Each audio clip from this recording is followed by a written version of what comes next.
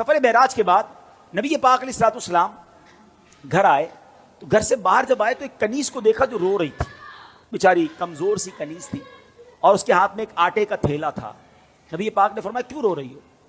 کہتی حضور میں فلاں غیر مسلم کی کنیز ہوں، میرے مالک نے مجھے چکی میں آٹا پسوانے کے لیے بھیجا، میں بیمار ہوں، چل بھی نہیں پاتی ہوں، اب مجھے دیر ہو گئی ہے، مجھے ڈر ہے کہ اب میں یہ آٹا لے کر لیٹ پہنچوں گی نا تو مجھے بہت ڈانٹے گا، مجھے سزا دے گا۔ بیچاری چل بھی نہیں پاتی۔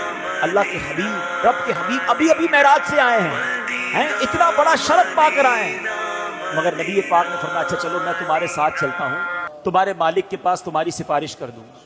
نبی پاک نے اس کنیز کا آٹے کا تھیلا اٹھا لیا، تھوڑی سی دیر رکتا ہوں، مجھے اور آپ کو کوئی بڑا مقام مل جائے تو اب غریب تو گئے نا، ان سے ملنے کی کیا ضرورت ہے؟ بھائی میرے تو تعلقات کدھر ہیں، میں تو فلاں پروگرام میں جاتا ہوں، مجھے تو ادھر بٹھایا جاتا ہے، میرا تعلق بڑے لوگوں سے، اب پرانے دوست غریب رشتہ دار ان کا کیا کرنا ہے؟ ارے عرش کے دولہا بن کر آئے ہیں اور کنیز کے آٹے کا تھیلا اٹھا رہے ہیں۔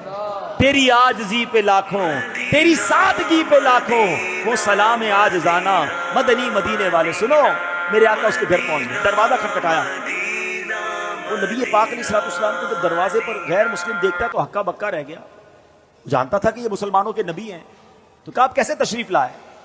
تو فرمایا کہ یہ تمہاری کنیز ہے، پریشان تھی، ڈر رہی تھی تمہارے پاس آنے کے لیے، اس کو معاف کر دو۔ وہ پتہ ہے وہ کیا کہتا ہے، وہ جو غیر مسلم تھا، کہتے پہلے مجھے بتائیے آپ کو آج رات معراج نصیب ہوئی ہے نا؟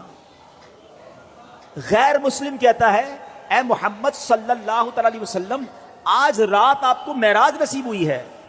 نبی پاک نے فرمایا ہاں ہے۔ سنو، وہ اندر گیا، واپس آیا، اس کے ہاتھ میں تورات شریف یا انجیل مقدس آسمانی کتاب تھی، اور وہ کہتا ہے یہ دیکھیے اس میں نبی آخر الزماں کی یہ نشانی لکھی ہوئی ہے کہ وہ نبی جو آخری نبی ہوں گے، جب ان کو جس رات معراج ہوگی اس رات کی صبح وہ ایک کنیز کے آٹے کا تھیلا اٹھا کر کسی غیر مسلم کے دروازے پر جائیں گے۔ حضور آپ میرے دروازے پر آئے ہیں، میں کلمہ پڑھ کر مسلمان ہوتا ہوں۔ سبحان اللہ، یہ اللہ اکبر۔